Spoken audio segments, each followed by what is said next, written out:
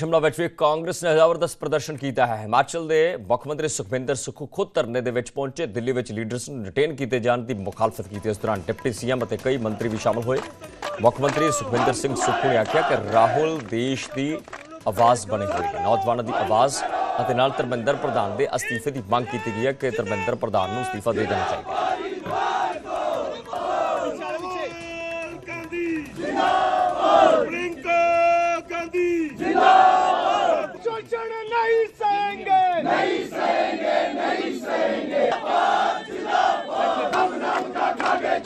BJP का देखो धंधा, राम नाम का खागे चंदा, बीजेपी का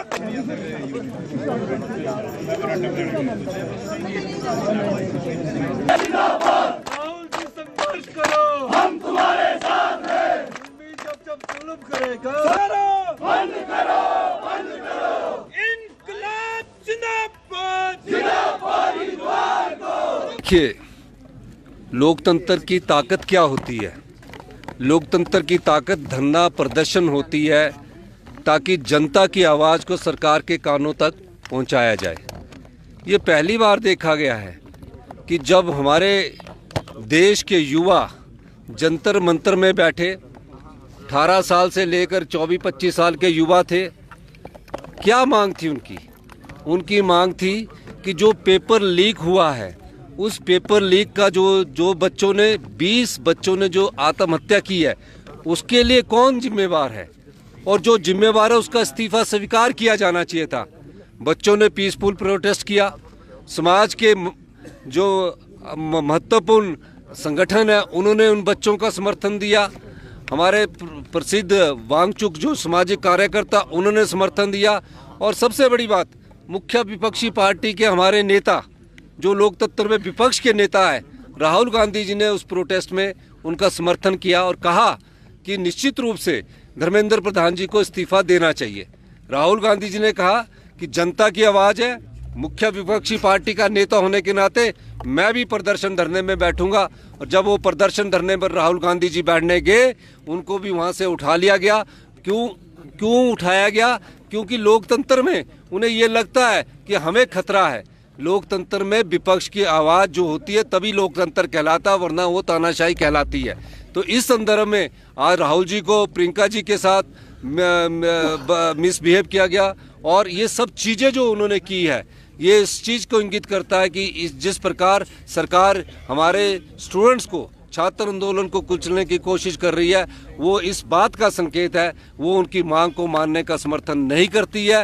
और मेरा ये मानना है, नीट में लाखों युवा बच्चों का भविष्य जुड़ा होता है, और नीट का पेपर लीक हो जाए, जो हम आने वाले समय में इस देश के डॉक्टर बनते हैं, और इस देश के जो डॉक्टर है पूरी दुनिया में अपना नाम को चमकाए हुए हैं, क्योंकि वो हिंदुस्तान के डॉक्टर है। और हिंदुस्तान की संस्कृति में जो दया भाव है वो पूरे विश्व में इन डॉक्टरों के माध्यम से दिखाई देता है। और इस पेपर लीक के मामले में जिस प्रकार सरकार ने अड़ियल रवैया किया है, उन्हें इस पर तुरंत कार्रवाई करनी चाहिए। और राहुल गांधी जी के साथ जिन लोगों के जिन्होंने बदतमीजी की है, जिन्होंने उनके साथ मिसबिहेव किया, उसके खिलाफ भी कार्रवाई होनी चाहिए। और जो हमारे अपने बच्चे हैं, वो जो नीट का पेपर देते हैं, हमारे अपने बेटे हैं, उन सबको के खिलाफ जो FIR दर्ज हुई है, वो मिल बैठ के समाधान करके उनके खिलाफ FIR को ख़त्म करना चाहिए। और जो बच्चों की मांग है उसको मानना चाहिए। सोनम वांगचुक जी एक सामाजिक कार्यकर्ता है, उनको बच्चों के समर्थन में बैठे हैं, उनके खिलाफ भी जो केस दर्ज है वो भी वापस होने चाहिए। और राहुल गांधी जी ने जो बात उठाई है कि धर्मेंद्र प्रधान जी का इस्तीफा होना चाहिए, वो कोई अपने लिए नहीं उठा रहे हैं, वो उस प्रदेश के युवाओं के लिए आवाज़ उठा रहे हैं। जो प्रदेश का युवा आज तनावग्रस्त है, उस तनाव को दूर करने के लिए वो बार बार कोशिश कर रहे हैं कि युवाओं को जितना तनाव इस बार सरकार से मिल रहा है, उसके लिए आपको तुरंत कार्रवाई करनी चाहिए, ये मैं कहना चाहूँगा। और हिमाचल प्रदेश कांग्रेस कमेटी की तरफ से आज ये धरना दिया गया है, जिसमें हम सब लोग मंत्रिमंडल के उप मुख्यमंत्री महोदय सब लोग इस राहुल गांधी जी के समर्थन में बैठे हैं। और हम चाहेंगे कि राहुल जी जो संघर्ष कर रहे हैं उसमें हिमाचल प्रदेश भी थोड़ा सा कोई योगदान दे सके। तो इस धरने के माध्यम से हम वो योगदान देने की कोशिश कर रहे हैं। राहुल जी संघर्ष करो, हम तुम्हारे साथ हैं। राहुल जी संघर्ष करो, हम तुम्हारे साथ हैं।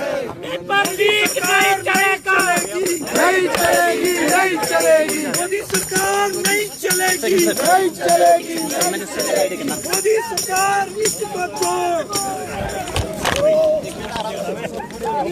अंदर को बता से वो अंदर को एक मिनट पीछे आ जाओ यार। ये राहुल गांधी जी प्रोटेस्ट बैठे थे, उन्हें उठा लिया गया।